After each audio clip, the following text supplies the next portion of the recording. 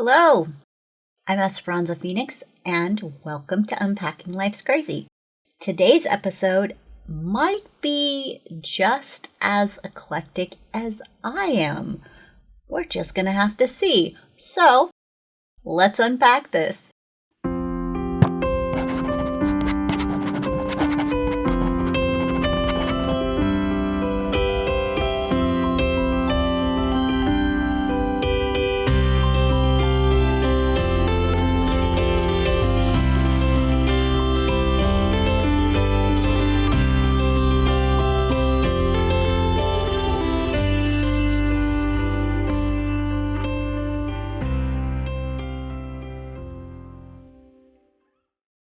Unfortunately, my guest interviews fell through this time, so you have me. But I have several things to discuss, and the first of which is my artwork.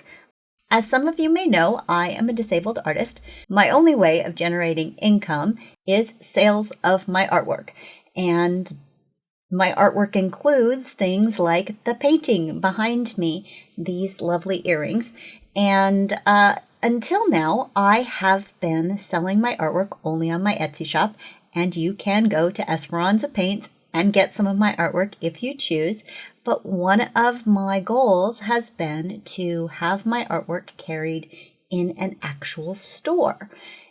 As you can imagine, mushrooms are pretty popular here in Oregon.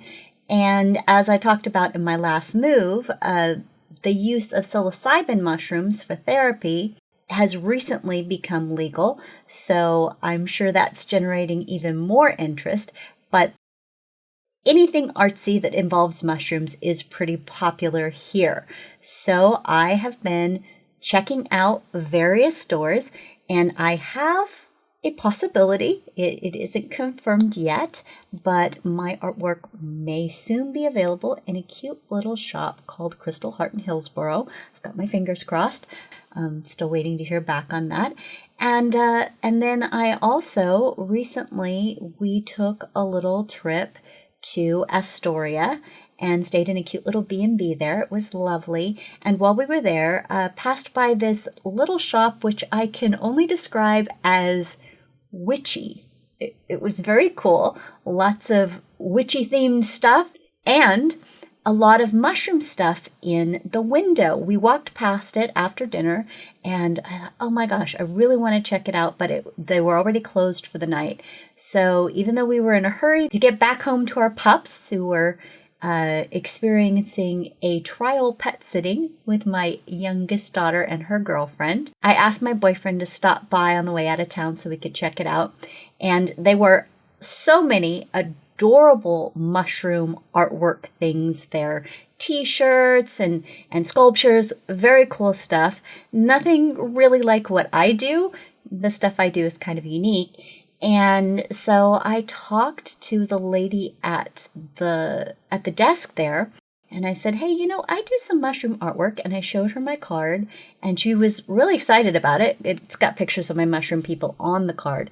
And so she rushed in the back to find the owner, and the owner was also very excited. I showed her some photos on my phone, and they have invited me to come have a pop-up in their store one of these days. So we'd already been talking about how lovely Astoria was and how we wanted to go back and stay again. So we'll try to coordinate that so I can set up a little pop-up table and sell my artwork in person. So while we're talking about artwork, I've been getting back to sculpting again. I would like to share what I'm working on right now.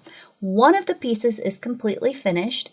I had sculpted a gnome a while back, and for those who are watching on YouTube, I will put up an image of my first gnome that I sculpted a couple years back, and I haven't sculpted a gnome in a while, but I just sculpted a smaller version of a gnome, and this is my little guy. I will put up a still image of him as well, because if you can see, he's a bit bright because of the light that I have here, but I get a little obsessive about the details, especially his little hands, and he's got like some little wrinkles on his fingers and all of that. I just I love the detail work. The detail work is super fun. So my little gnome guy is finished, but another very cool thing that happened for me is in that cute little shop nearby in Hillsborough, I started talking to a young woman who works behind the counter there about her polymer clay mushroom sculptures, and they are very unique and wonderful. So Corby and I had a lovely discussion about polymer clay artwork, and we became fast friends. I've already had her over for tea, and I am really excited to have made a friend in the area. So the coolest thing that Corby told me that I hadn't heard of is that there is now a polymer clay that stays flexible when baked, which is really exciting. Especially exciting because there's been some things that I've had ideas about doing that really can't be done in any other way. A polymer clay, if you folks don't know about it, is a clay that is basically, it's plastic. It's like PVC sort of, but it is in a clay form, and you can sculpt it into just about anything. So these earrings are made out of it. My gnome is made out of it. And then once you get it shaped the way that you want it shaped, you bake it in the oven and it becomes hard. Well, this new type of polymer clay, the brand that she uses, and as far as I know, it's one of the few flexible kinds, is called Cause Clay. So I was like super excited to hear about Cause Clay and eager to get started. And then once I started getting more into researching how to work with that, I found out some other really cool things like liquid polymer clay. So I had this cool idea that I had been thinking about. You can go on my Etsy shop and see some of my mushroom people. I don't have any available for sale right now because they may be for sale in a shop soon. So I didn't want to confuse the situation by having some available online and some available in the shop. However, if you are interested in having one of my mushroom people and you aren't local, you are welcome to send me a message through Etsy and order one. You can even make specifics, like I want one that's cheeky, or I want one that's grumpy, or whatever, and I can accommodate you. So I had this idea, and I was really eager to get started. It took me a while for the clay to arrive, and this little guy that I had in mind is sort of a cross between a mushroom and a slug, and he's not finished yet, but for those of you who are watching on YouTube, I am going to show you the progress so far on my little mushroom man slug guy. So, as you can see, he is eating a worm. And he is not painted yet, and he's not fully finished, but the worm isn't even attached all the way yet. So the worm, though, is made out of this lovely stuff that's flexible. And I put a wire in him so I can decide which way he flexes when I am done. So I'm working on him. He's not finished yet, but really excited to get back to my sculpting. And if you've watched my previous episodes and seen my painting in the back, you will see that it's still not finished because I got distracted with sculpture stuff. Because I'm artsy and eclectic, and I do a lot of different kinds of things, including this podcast. So sometimes I get distracted. And the other thing that I've talked about in the podcast is that I have ADHD. And right before coming here, I was adult diagnosed with ADHD. Although I was diagnosed as a child, nothing really came of it. And I really didn't do anything about it. I wasn't given medication. I wasn't really treated for my symptoms. I remember being sent to school with a thermos full of coffee for a while. Honestly, I don't know if they even had a lot of ADHD medication back then. Maybe they did. I don't know. But the theory was that because of the way the ADHD brain works, sometimes stimulants have opposite effects. And that's why a lot of the medications they use to treat ADHD are stimulants for whatever reason. Our brains just do things differently. And yeah, that's why it's called neurodivergent. Whether it's autism or ADHD, there are people who our brains just work a little differently.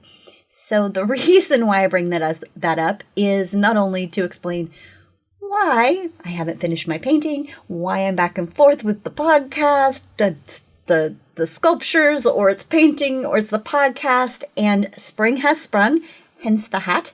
And we are getting some warm weather, so I'm also distracted by some gardening stuff, which is exciting. Super excited to be in our new place because there's a lovely backyard and some planter boxes. So we are going in that direction too. Another thing that distracted me, I've been wanting to set up an altar here in the house, and I wanted a shelf for that. They had an antique, what did they call it? Junk hunt. They had a junk hunt in Salem, Oregon last weekend. Gosh, was that just last weekend? Time flies. And I went specifically looking for some shelves, and I found a shelf that would work, but it was entirely the wrong color. I mean, I hated the treatment on the shelf, but it was only $12. So for $12, I'm an artist. I can make it whatever color I want. So we bought it, came home, and I immediately launched into first the prime coat and then adding all these details. And I didn't get finished painting for the night until like 10:30. And then I woke up the next morning and painted some more. And so it took a little while longer to finish my gnome even. And again, back to the ADHD. Since we got here to Oregon, I've been trying to establish medical care, and it's been tricky getting an appointment. It took me until this month in order to see a primary care doctor and get some references for other care. I've mentioned before that I have fibromyalgia and a weird form of arthritis in my back called non-radiographic spondyloarthritis. And so I need to see a rheumatologist. And I'm also seeking treatment for my ADHD, which was diagnosed literally 3 days before we left California. So there was no time to get a prescription or get any treatment of any kind.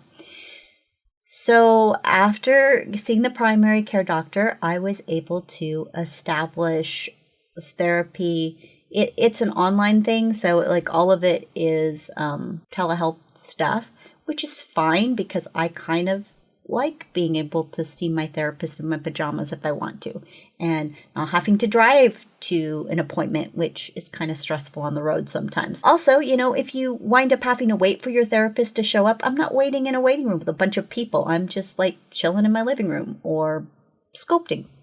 It's fine. The way this worked out, I saw the therapy therapist on Tuesday, and then yesterday I was scheduled to have this Zoom thing with a psychiatrist because you have to see a psychiatrist to get prescribed meds. So that's the ADHD part of it. And I logged in to meet this psychiatrist for the first time, and I waited. And I waited, and, it said that I had an appointment, and it allowed me to log in, and it said that they would be joining me shortly. And, after about 10 minutes, I logged out, checked, logged back in again, and waited and waited. And after 18 minutes, I was like, okay, seriously, what the fuck? I'm waiting for my appointment. Nobody's showing up. Nobody's telling me anything. So I called the practice, and I told the person that answered, I said, hey, I have this appointment, and I was supposed to be meeting the psychiatrist for the first time. I don't know what's going on. And they checked their records like, oh yeah, you're supposed to have an appointment. I'm like, yeah, I'm aware. And they said, okay, well, we'll try to call her and have her get a hold of you and log in and all that. So I'm sitting at my computer. I'm scrolling YouTube videos about sculpting with polymer clay. I'm waiting and I'm waiting. And honestly, I'm feeling quite a bit of anxiety. Now, back to the ADHD, I set 3 alarms to make sure that I actually showed up, because sometimes I'll get distracted. I was baking bread yesterday too. So I was working on sourdough bread, I was sculpting, I was doing various things. And when I am sculpting, especially, or working on any art project, I have what's called hyperfocus ADHD, which means once I get truly involved in a project, I am completely sucked in. Like, I will forget to eat. I will forget to drink. I will suddenly realize that my bladder has been full for a very long time because I am that focused on what I'm doing. Now, if you want me to do something I absolutely hate, I will get distracted in an instant. But if I'm into something, I am 100% into it. So I set alarms to make sure that I showed up on time. And I had a bit of anxiety about this because I don't know what the therapist is going to be like. I've never met this person before. I don't, it's the therapist that I had to stop seeing when I left California had been my therapist for about 10 years. And I absolutely loved her. She was wonderful. She was extremely helpful. I miss her. So it was sort of like a blind date. So here I am, stood up on a blind date with somebody who is being paid to see me. So the whole time ran out, and this person never logged in, never saw me, never showed up. Now, luckily, I was meeting with this psychiatrist, not for meds, for depression or something like that, but to try to better manage my ADHD so that I can be a more productive person and hopefully get my shit together. Be less distracted, be a better friend to people, actually do more than one podcast episode in a month. That would be nice if I could get to it and not be like the queen of procrastination. Hence, when this podcast is released, and I apologize again. But yeah, what if I was waiting for medication for major depression, especially since it took me months to get in at all? So I called back the practice and I expressed my extreme displeasure. I said, this is not acceptable. This is not good for my anxiety. And I would like you to sign me up to see another therapist, reschedule me for another therapist, because this isn't okay. So a little while later, they called me back and the guy said, oh, well, she was looking at her planner wrong, and she can see me in a little bit if I want to see her today. I said, no. No. Trust is lost. No. If I, as disorganized as I am, can set 3 alarms to show up on time for this, then the therapist, the psychiatrist, can do what she is supposed to do, which is her job. And no, I would like to see somebody else. So I am scheduled with a different psychiatrist next week. And now I have to go through the whole anxiety thing again of having to see another therapist. Also, as I've talked about in this podcast, one of the things I do to treat my PTSD and anxiety is I use psilocybin mushrooms in microdoses, and I use those medicinally. I'm not going to raves and taking them to see the pretty colors. I mean, no judgment. If you're a person who does that, that's you do you. But that is not why I sought the use of psilocybin. And because of the therapy sessions I had set up, I hadn't microdosed this week at all, and I had already felt my anxiety building, and then it was quite this therapy thing was quite frustrating. So I was like, well, fine. So I brewed myself some mushroom tea, and I chillaxed for the rest of the day. And honestly, it was a nice reboot. I got some good rest last night, and I am much improved today. Yay. But that shouldn't happen. And if you are a person who is thinking about seeking therapy, I don't want my story to dissuade you in any way. It has helped me so much. The various kinds of therapy, EMDR was especially helpful with the PTSD. And I had to go my own way with using psychedelics after much research. And if you are interested in exploring that treatment for yourself, I encourage you to watch a series called How to Change Your Mind. It should still be available on Netflix, and it talks about psychedelics for things like PTSD and anxiety and all that. So yeah, look into it, read books about it, do your own research. Well, ketamine therapy is approved in several states, I believe, and now in Oregon, they are doing psychedelic therapy with magic mushrooms, but it's a really complicated process. You can go back and listen to my other episode about moving to Shroomtown and hear a little bit more about what that is. So anyways, that is the therapy portion and what's going on with that. Now, I want to discuss something that has been in the news a lot lately, and that is reproductive freedom. Now, if you haven't been following this, oh my God, just like, well, where have you been? Climb out from under your rock, watch some news.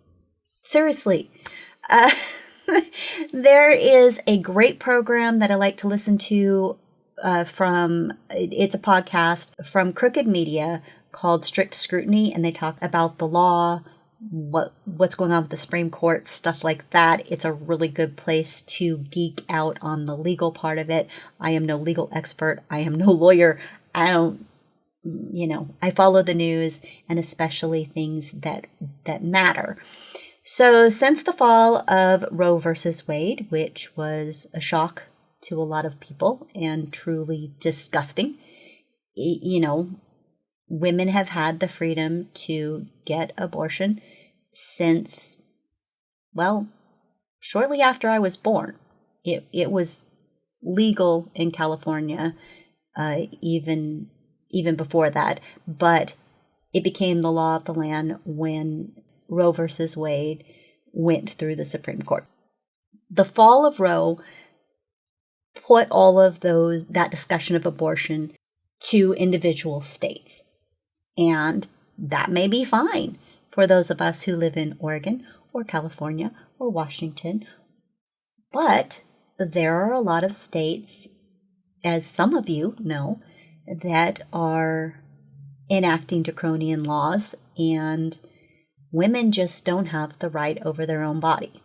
The reason I'm bringing this up is not just because that's abhorrent and disturbing, and people won't stop abortions.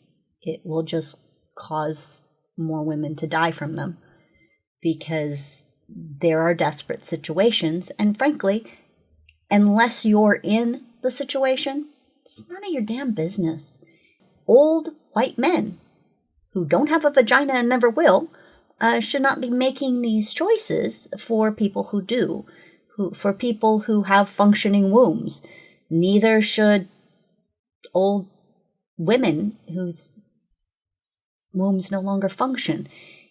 It's a personal thing. The fear-mongering around, quote, late-term abortions is especially disgusting because women don't choose to have that kind of an abortion unless their life is in danger or the fetus cannot survive.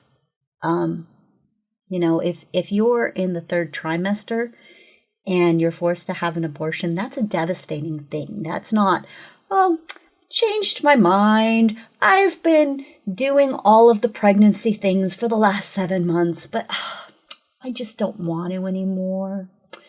No, just, nah. That is not what happens. It is a horrifically sad and terrible thing when that happens. it is medically necessary.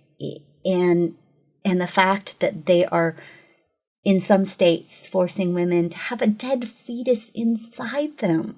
I mean, that's where we're at.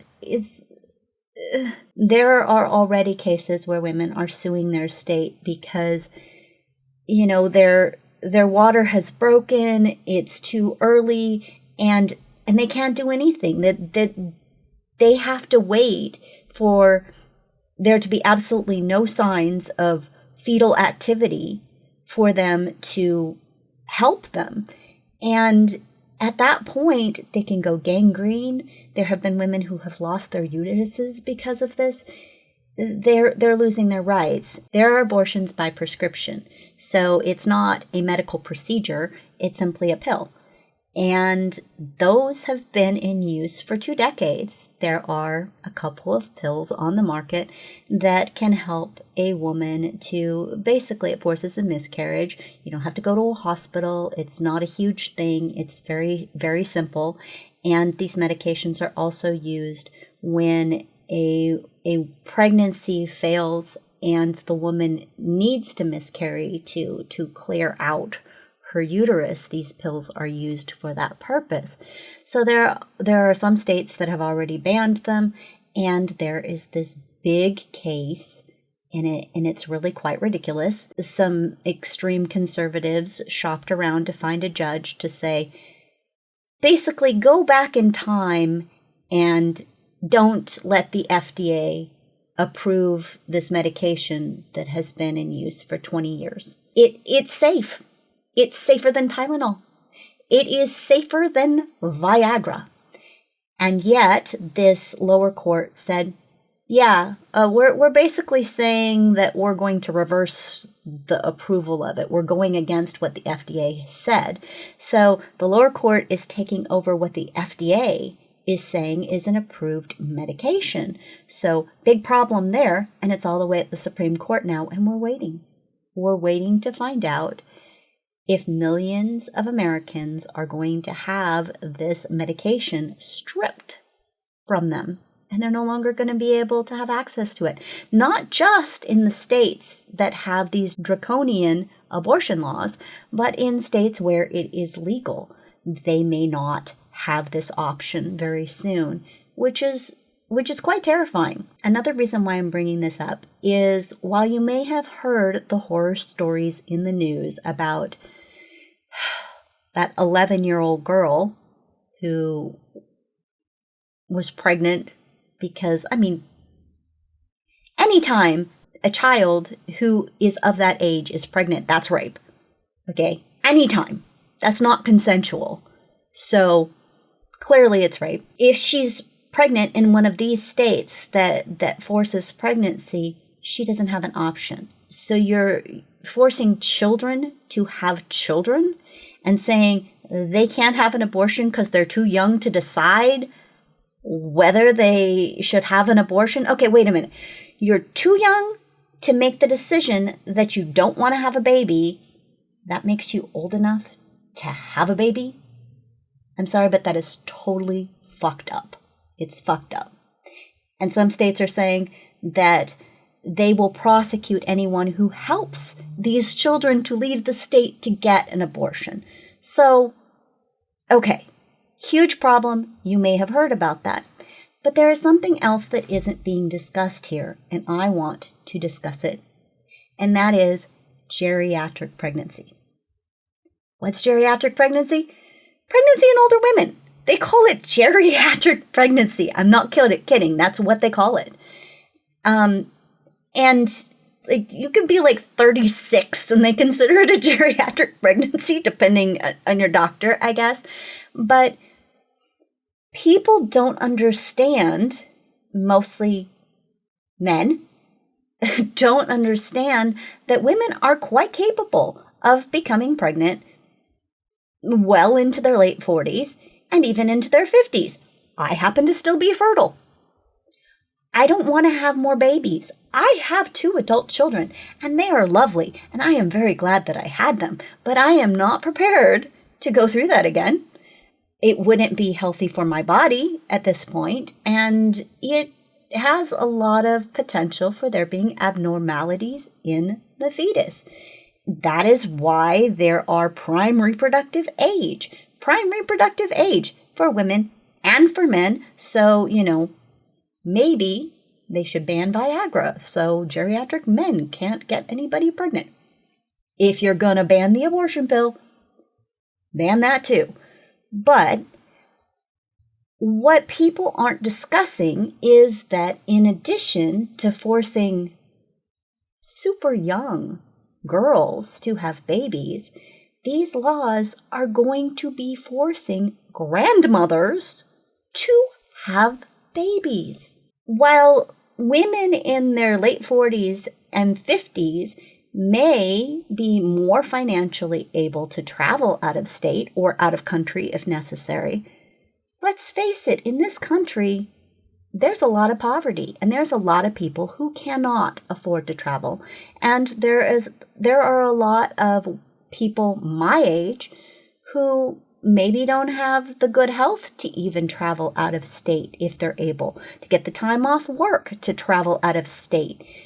There are financial constraints. There are a lot of things that would prevent a woman in one of those states finding a way to access an abortion. And if we break down the reason why some people have been so adamant to making abortion illegal, let's talk about what they really want. They want to force people who are poor to keep having children because that makes them desperate enough to take crap jobs. It makes their children less likely to be able to go to college and get a good job because the people who profit off cheap labor want there to constantly be cheap labor. Politicians, they're always going to be able to afford to send their wives or their mistresses or their lovers or their children out of the state or out of the country to get an abortion if that's what they want. What they want is to deprive the rest of us from having abortion access. How many grandmothers do you want having babies? How does that help our country? How does that help anyone if someone like me is forced to start a family again? My eldest, who knows? She and her husband might decide to have children in the next few years. We'll see what happens. If they do, that's great. If they don't, that's fine too. But I can't imagine having a baby that is the same age as my grandchildren. That is really disturbing. I mean, some people do it, and if they want to, that's fine. You do you. For example, my ex-husband was Costa Rican, and his grandmother had 13 children. It was a different era. Abortion wasn't even an option. Still isn't in Costa Rica. And sadly, there are a lot of suicides because of that. But her last child was born, I think she was 60. So, while a lot of women stop being fertile at some point in their 40s, not all of us do. It's something to consider. This is going to have a huge impact on the lives of so many people. So what's the moral? Vote as though your lives depended on it, because they might. But for those of you who say, just use birth control. Of course, that is the best option. However, it is not 100% effective. And two of my very best friends in the world have had multiple pregnancies, even while using birth control. One of them through weird circumstances and unexpected things. Another one simply because The clinic didn't inform her that while she was taking antibiotics for strep throat, her birth control wouldn't work. People who can become pregnant who are on birth control, you should be aware that antibiotics can cancel out the pill. One of those things that they don't always remember to tell you, but it really matters. So a little bit of a tip for you. So I would like to end on a couple positive notes. First, I want to get back to last month's pod, which was about Facebook totally sucking. And they don't really suck any less. But the things that I loved about them, which is connecting with my friends, I was really missing. And I was never able to resolve my Facebook issue. I tried and tried and tried again. Nothing resolved it. So after, I guess, a month and a half, I finally said, okay, I give. I'm going to just sign up for a new account, I guess. I'm going to start over from scratch. So I did. I started a brand new Facebook account, had to go find all my friends again. And then I also had to explain to them, I did a post with a link to that episode and said, yes, it really is me. I know it's super weird, but yeah, this is me, but I had to sign back. And then a few of them, when I sent them friend requests, sent me private messages like, is this really you? I'm like, yeah, it's really me. Ask me a question and I'll prove it. So I've slowly had to gather back my friends, and I'm really glad I did, because it is one way that I keep in touch with everybody, and it's nice to watch people's lives. But I had a really odd but vivid dream about somebody that I knew back in my hometown, and I was like, oh, this doesn't happen very often. And I may have mentioned in previous podcasts that I am also a healer. When I have a extremely vivid dream about someone, I assume there's a reason for that. So I was able to reach out to her on Messenger. And as it turned out, she's been struggling a bit. So I was really glad that I did. And I've been able to message with her. And so if you're listening, you know who you are. And I just hope that things are going better for you. And I will keep checking on you. And I will keep messaging. So that is the resolution, not resolution to the Facebook situation. And again, if you are a person who uses Facebook and you need that added security thing, don't use the code generator thing, because if you accidentally delete it, you're fucked. You're just totally and completely fucked. Find another way to do it. Don't do that. So what else? Back to mushrooms, not this kind or the psychedelic kind, but the eating kind. I enjoy hunting for mushrooms in the springtime. I've only ever really hunted for morel mushrooms because they're very distinct. And so I'm really sure that when I find a morel mushroom, I know what they are. And I have not yet gone hunting for them since I got to Oregon, but I've joined a few morel enthusiast groups on Facebook, and I am seeing photos all over the place, all over the country, and some of them are local. So I'm hoping that maybe this weekend or early next week, I will be able to get out and do some hunting for morels, because it's everything good about the forest. Because of my ADHD, I love being in the forest, but I have to have a focus. I used to fish a lot when I was a kid. And if I was fishing, I could sit by a creek and, think about stuff and watch the bugs and whatever, and really enjoy my time in nature. And it's sort of the same thing when I'm hunting for morels. It's sort of like adult Easter egg hunting. And, I have a pretty sharp eye for spotting them. So I'm really looking forward to that. And I'm just looking forward to experiencing springtime in this new place where we're living. The squirrels are chasing each other around the yard, which is lovely. Trying to make friends with some crows. We'll see how that goes. They're getting closer to me, so that's fun. We have a bunny that's been creeping into the yard from time to time, and I'm really working on my little Chewini because he wants to chase stuff. And I get it. It's his instinct, but those are my outdoor friends. Stop chasing them. So I'm working on him, hopefully. I saw the funniest thing. I've never seen this before. There were some birds out in the yard. I'll put out some seeds and different things for them. And so the birds were out pecking around looking for grubs or whatever they were doing. And a squirrel came out. And the squirrel chased the birds. And I've never seen a squirrel do that before. He was just messing around. He chased them off, and then he went back to digging for his nut or whatever he was doing. And the birds came back, and he chased them again. So I don't know. I guess they're just full of hormones right now. They're chasing each other. They're chasing birds. I don't know what's going on. But it's lovely to watch.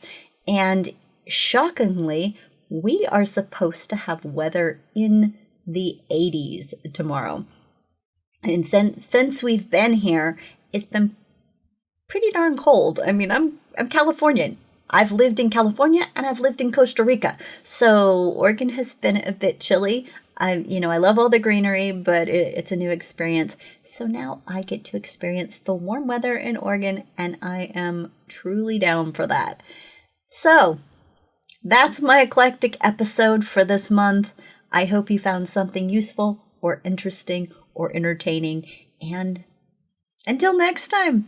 Thank you for taking the time to watch this episode of Unpacking Life's Crazy. This is a one-woman show. You can show your support by liking and subscribing. Even better, contribute by visiting buymeacoffee.com/ESPPhoenix to financially support what I do and get a super cool original piece of artwork. Please visit my Etsy site, esperanzapaints.com. Thanks again for taking the time to watch. And until next time, take care of yourself and the ones you love.